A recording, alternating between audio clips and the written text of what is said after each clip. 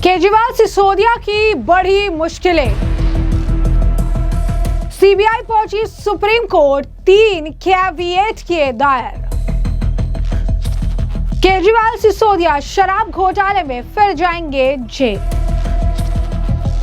दरअसल सीबीआई ने अब दिल्ली के पूर्व मुख्यमंत्री अरविंद केजरीवाल और आप नेता मनीष सिसोदिया की मुश्किलें बढ़ा दी है, क्योंकि सीबीआई ने अब सुप्रीम कोर्ट का रुख किया। जी हाँ, बिल्कुल सही सुना आपने। सीबीआई ने दिल्ली के पूर्व मुख्यमंत्री अरविंद केजरीवाल, आम आदमी पार्टी के नेता मनीष सिसोदिया और अन्य आरोपियों द्वारा दायर अनुमति याचिका SLP के संबंध में सुप्रीम कोर्ट में 3 कैविएट आवेदन दायर किए हैं। आप नेताओं की याचिकाओं में आबकारी नीति मामले में दिल्ली हाई कोर्ट के आदेशों को चुनौती दी गई है और मामले को दूसरे बेंच में ट्रांसफर करने की मांग की गई है।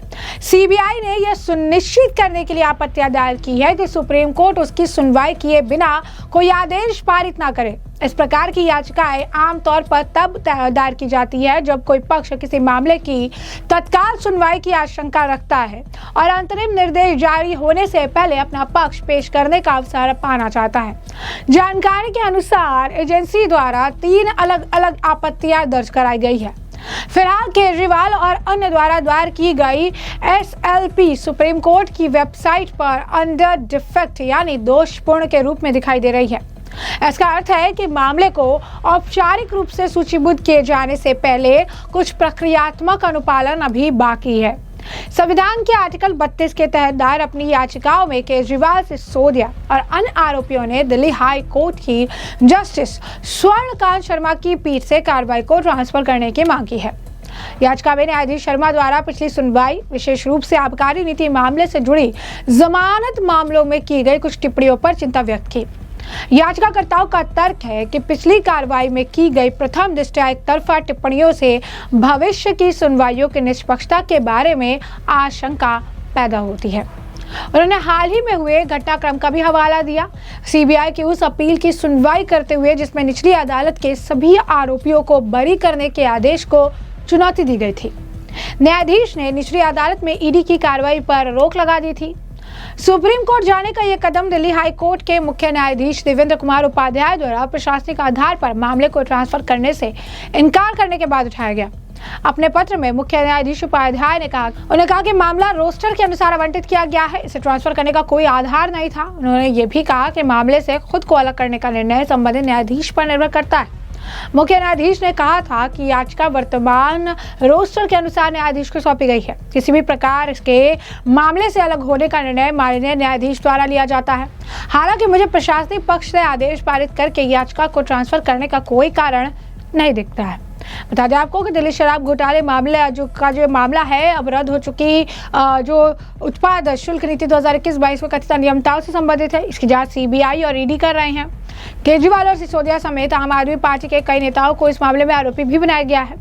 हाल फिलहाल में नेताओं को निचली अदालत से थोड़ी सी राहत मिली थी और इस राहत को वो जमकर सेलिब्रेट करते दिखे थे, लेकिन यह राहत जो है वो शॉर्ट टर्म रही, क्योंकि इसके बाद ईडी और सीबीआई दोनों ने इस मामले में सख्ती दिखाई और सीबीआई ने अब सुप्रीम कोर्ट का रुख कर लिया है। बता दें कि जब यह मामला निकलकर सामने आया था और इन्हें निचली अदालत से राहत मिली थी, तब इस मामले पर जो है अरविंद केजरीवाल और उनके नेताओं ने जमकर बयानबाजी की थी और ये कहा था कि सत्य जीत गया, बहुत बढ़िया हुआ, सच्चाई सबके सामने आ गई। सौरभ भारद्वाज जो है आम आदमी पार्टी के नेता, उन्होंने तो सीबीआई के जो अफसर है उन्हें फांसी तक देने की मांग कर दी थी। देखिए किस तरीके का रिएक्शन था इनका जब निचली अदालत से इन्हें राहत मिली थी। पिछले कुछ सालों से भारतीय जनता पार्टी जिस तरह से शराब घोटाला कर रही थी और हमारे ऊपर आरोप लगा रही थी, आज कोर्ट ने सारे आरोप खारिज कर दिए और जितने भी एक्यूज्ड थे सबको डिस्चार्ज कर दिया। हम हमेशा कहते थे सत्य की जीत होती है, हमें भारतीय न्याय प्रणाली पे भरोसा है। मैं जज साहब का बहुत बहुत शुक्रिया अदा करता हूँ जिन्होंने हमारे साथ न्याय किया, सत्य की जीत हुई। मैं हमेशा कहता था कि भगवान हमारे साथ है। मोदी जी ने और अमित शाह जी ने मिल के आजाद भारत का सबसे बड़ा राजनीतिक षड्यंत्र रचा। आम आदमी पार्टी को खत्म करने के लिए, आम आदमी पार्टी के सबसे बड़े 5 नेताओं को जेल में डाल दिया गया। यहाँ तक कि सिटिंग चीफ मिनिस्टर, जो आज तक भारत के इतिहास में कभी नहीं हुआ, सिटिंग चीफ मिनिस्टर को उसके घर से घसीटकर जेल में डाला गया और 6 महीने तक जेल में रखा गया। हमारे उप मुख्यमंत्री मनीष सिसोदिया जी, उनको लगभग 2 साल तक जेल में रखा गया।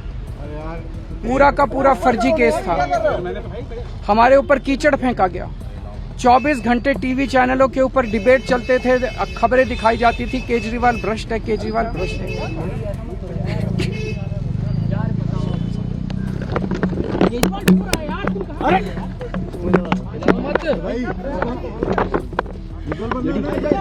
हो गया संभालिए सर, अपने आप संभालिए, हिम्मत सर, लाओ मत भाई। ये केजरीवाल भ्रष्ट नहीं है। मैंने केवल अपनी जिंदगी में ईमानदारी कमाई है। इन्होंने झूठा केस लगाया और आज ये साबित हो गया, कोर्ट ने कहा है कि केजरीवाल कट्टर ईमानदार है, मनीष सिसोदिया कट्टर ईमानदार है, आम आदमी पार्टी कट्टर ईमानदार है। मैं प्रधानमंत्री जी से कहना चाहता हूं, सत्ता के लिए इस तरह से खिलवाड़ मत कीजिए, देश के साथ इस तरह से संविधान के साथ खिलवाड़ मत कीजिए। आपको सत्ता चाहिए, अच्छे काम कीजिए। आज देश के सामने इतनी बड़ी बड़ी समस्याएं हैं, महंगाई है, बेरोजगारी है, पूरे देश में सड़कें टूटी पड़ी है, चारों तरफ पोल्यूशन ही पोल्यूशन हो रहा है, चारों तरफ देश में इतनी समस्याएं हैं। उन समस्याओं का समाधान करके सत्ता में आइए ना। केजरीवाल पे, आम आदमी पार्टी पे झूठे केस क्यों करते हैं? अच्छा काम करके सत्ता में आइए। इस तरह के झूठे केस करना और 24 घंटे विरोधियों के, विपक्षियों के खिलाफ ऊट पटांग के केस करना, उनको जेल में डालना, ये एक प्रधानमंत्री को शोभा नहीं देता। इससे देश आगे नहीं बढ़ेगा। देश आगे तब बढ़ेगा जब जनता की समस्याओं का समाधान किया जाएगा। कोर्ट ने सीबीआई के ऊपर आज एक बार फिर गर्व हो रहा है देश के संविधान पर, बाबा साहब अम्बेडकर पर, जिन्होंने इतना शानदार संविधान दिया और सत्य की जीत हुई है। तो जैसे कि आपने देख लिया, वहीं आपको बता दें कि जब ये मामला हाई कोर्ट में भी गया था, उस वक्त भी बीजेपी के जो नेता थे, उनका ये कहना था कि सच जितना चाहिए कोशिश कर ले, ये छुपने वाला नहीं है। ये सच जरूर से जरूर सामने आएगा, बाहर आएगा और लोगों को पता है कि घोटाले हुए हैं। उन्होंने इस समय बीजेपी ने ये बात कही थी कि 2000 करोड़ से ज्यादा का घोटाला है, घोटाला किया ही नहीं था तो इतना लंबा तक मामला चला कैसे? पक्ष रखा है और जांच एजेंसी ने ट्रायल कोर्ट का जो आदेश था उसको चैलेंज किया है और उस पर हाई कोर्ट ने स्पष्ट रूप से ये कहा है कि जांच एजेंसी के खिलाफ ट्रायल कोर्ट में जो टिप्पणी की गई थी उस पर स्टे लगाया जाता है और ईडी जो अपनी जांच कर रही है उसके ऊपर ट्रायल कोर्ट के आदेश का कोई असर नहीं पड़ेगा, वो अपनी जांच करती रहे। लेकिन साथ साथ आज जांच एजेंसी ने बताया कि कितने साक्ष्य जांच के दौरान उन्होंने इकट्ठे किए हैं, वो जमा कराए गए हैं, लेकिन उनको ट्रायल कोर्ट द्वारा नजरअंदाज किया गया है। कुछ की व्याख्या मैंने भी की है कि ये चीजें कैसे छूट सकती हैं। एक न्यायिक एक पैनल बनाया गया था शराब पॉलिसी के लिए, जिसमें बड़े बड़े जज थे, जिन्होंने बड़े बड़े एडवोकेट्स जिन्होंने उस पर अपनी राय दी थी। लेकिन जब कैबिनेट नोट बनता है तो वो फाइल गायब कर दी जाती है, उसका जिक्र नहीं आता है और वो बाद में वही फाइल मनीष सिसोदिया के पास से बरामद होती है। तो फॉरेंसिक जांच में मनीष सिसोदिया का वो कंप्यूटर उसमें जिसमें वो ड्राफ्ट किया गया वो भी पता चलता है कि वो उसके प्राइवेट लैपटॉप से टाइप, मतलब कई सारे फ्लॉज हैं। तो मुझे लगता है कि अब जैसे जैसे जांच आगे हाई कोर्ट में बढ़ेगी सामने आएगा। लेकिन आज का जो फैसला है वो सीधा सीधा शराब घोटाला, जो इस दिल्ली को कलंकित करने वाला घोटाला, अरविंद केजरीवाल, मनीष सिसोदिया, जो बाकी लोग इसमें इन्वॉल्व हैं आम आदमी पार्टी के, उन सबकी कलई खोलने के लिए काफी है और आने वाले समय में जो निर्णय आएगा आप सबके सामने होगा। और अब सुप्रीम कोर्ट में भी इस मामले को लाने का मतलब ये है कि इस शराब घोटाले मामले को लेकर अरविंद केजरीवाल और मनीष सिसोदिया और आम आदमी पार्टी के जो अन्य नेता और बाकी जो आरोपी है, उन्हें बिल्कुल भी रियायत इस मामले में नहीं मिलने वाली है और ये मामला उनके गले का फांस बन चुका है। तो ऐसे में हमने आपको जो पूरा मामला है ये बड़ा विस्तार से बता दिया है कि पूरा मामला क्या है। और अब इस पूरे मामले पर अब आपकी भी जो राय हो हमें कमेंट सेक्शन में कमेंट करके जरूर से जरूर साझा करिएगा। धन्यवाद।